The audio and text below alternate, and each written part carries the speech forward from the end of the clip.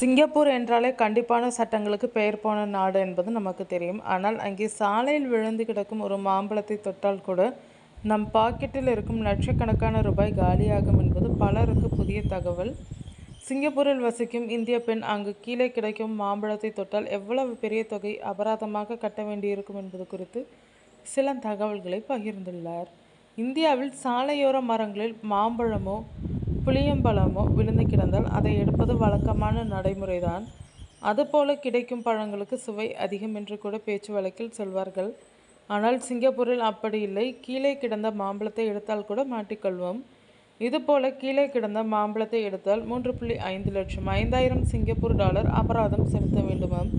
சிங்கப்பூரில் வசித்து வந்து இந்தியாவை சேர்ந்த பிரியங்கா சின்ஹா என்பவரே இது குறித்த தகவல்களை பகிர்ந்துள்ளார். சிங்கப்பூரின் தேசிய மேம்பாட்டு அமைச்சகத்தின் விதிகளின்படி பொது இடங்களில் நடப்பட்டுள்ள மரங்கள் மற்றும் அதில் காய்க்கும் பழங்கள் என அனைத்தும் அந்த நாட்டு அரசுக்கு சொந்தம்.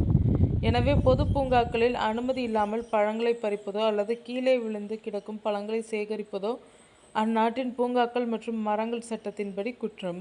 இதற்கு அதிகபட்சமாக 5,000 சிங்கப்பூர் டாலர் அபராதம் விதிக்கப்படலாம். சாதாரண பூங்காக்களுக்கே இந்த நிலை என்றால் தேசிய பூங்காக்கள் அல்லது வன காப்பக பகுதிகளில் இதுபோல் ஏதாவது செய்தால் நிலைமை இன்னும் மோசம். அங்கு பழங்களை எடுத்தால் 50,000 சிங்கப்பூர் டாலர் சுமார் 35 லட்சம் வரை அபராதமும் அதோடு சேர்த்து 6 மாத சிறை தண்டனையும் கூட கிடைக்க வாய்ப்புள்ளது. இது குறித்து விளக்கி பிரியங்கா தனது இன்ஸ்டா பக்கத்தில் போஸ்டை பகிர்ந்திருந்தார். இந்த வீடியோ இணையத்தில் ட்ரெண்டான நிலையில் நெட்டிசன்கள் பலரும் பல்வேறு கருத்துக்களை பதிவிட்டு வருகிறார்கள். இது தொடர்பாக நெட்டிசன் ஒருவர் எங்கள் ஊரில் கல் விட்டு அடிப்போம், ஆனால் இங்கே தொட்டாலே லட்சக்கணக்கில் ஃபைன் போடுறாங்களே என பதிவிட்டுள்ளார்.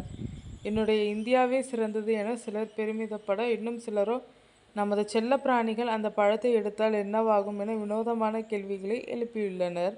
ஆனால் அதற்கும் சிங்கப்பூர் சட்டம் பதில் வைத்திருக்கிறது. உங்களின் செல்ல பிராணி செய்யும் செயலுக்கு உரிமையாளரான நீங்களே பொறுப்பு என்று ஸ்ட்ரிக்ட் ஆஃபீஸராக இருக்கிறது சிங்கப்பூர். சிங்கப்பூர் இவ்வளவு சுத்தமாகவும் ஒழுக்கமாகவும் இருப்பதற்கு காரணம் இதுபோன்ற கிடுக்குப்பிடி சட்டங்கள் தான்.